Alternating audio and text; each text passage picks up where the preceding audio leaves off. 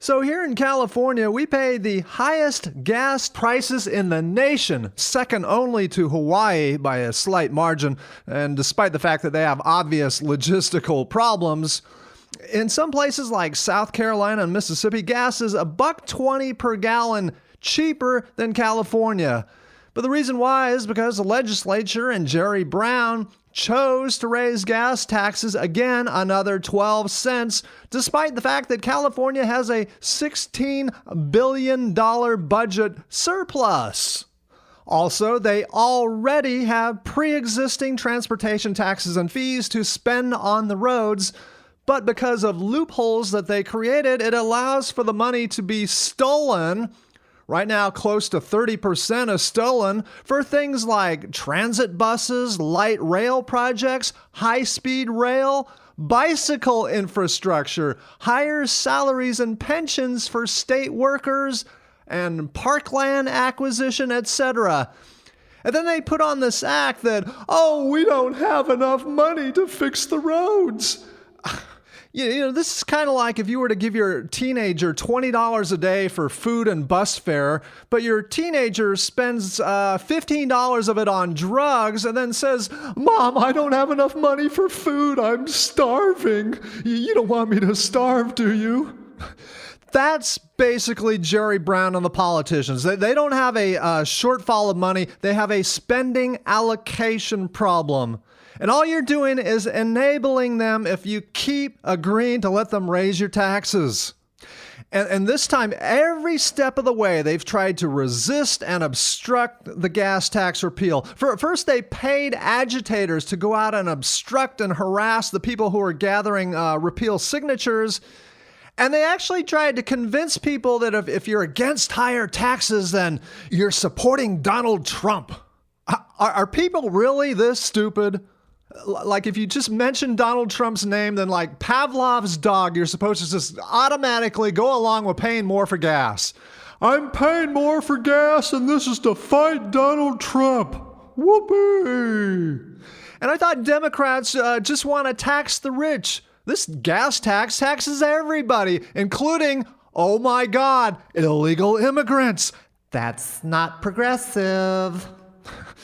What else? They've also been posting deceptive signs not telling you that they already have the money and not telling you that much of your gas tax money is being stolen for other things. Their most recent strategy is to say that if you vote yes on 6, then people are going to die because the roads will be unsafe. So how is Prop 6 doing? And this actually leads us to the next way that the politicians are resisting and obstructing.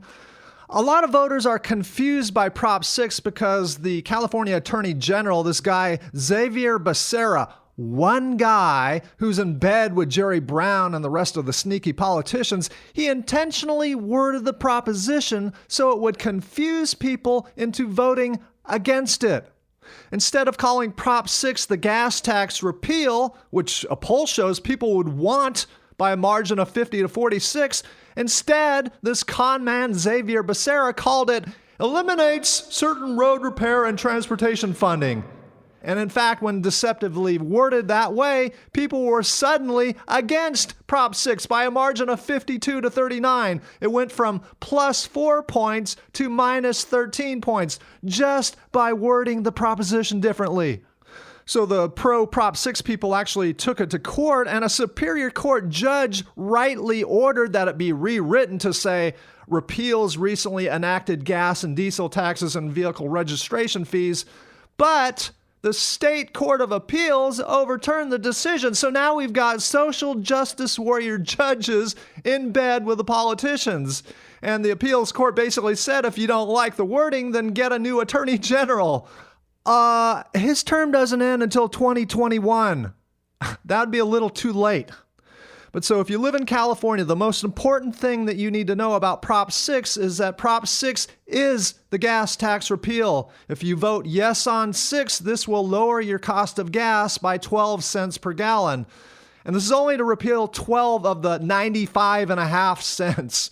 It also calls for spending accountability so that all gas tax money goes entirely to the roads and doesn't get stolen.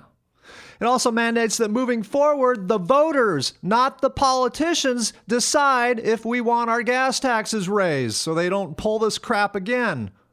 And by the way, if we don't pass Proposition 6, the car and gas tax hikes are slated to increase every year automatically without a vote of the people. Also, they're saying that if Proposition 6 doesn't pass, the politicians are going to be emboldened to do more, such as to shoot down Proposition 13. So if you're a property owner and you enjoy seeing your property taxes only go up no more than 1% per year, you have to fight these politicians. This is all part of a larger agenda of Jerry Brown and his cronies declaring war on suburban living. They want everybody to live in high-rise apartments and to take public transportation. And the way they want to achieve this goal is to make it too difficult and too expensive to live your suburban life. And so they have road diets, they raise gas taxes, raise property taxes, etc.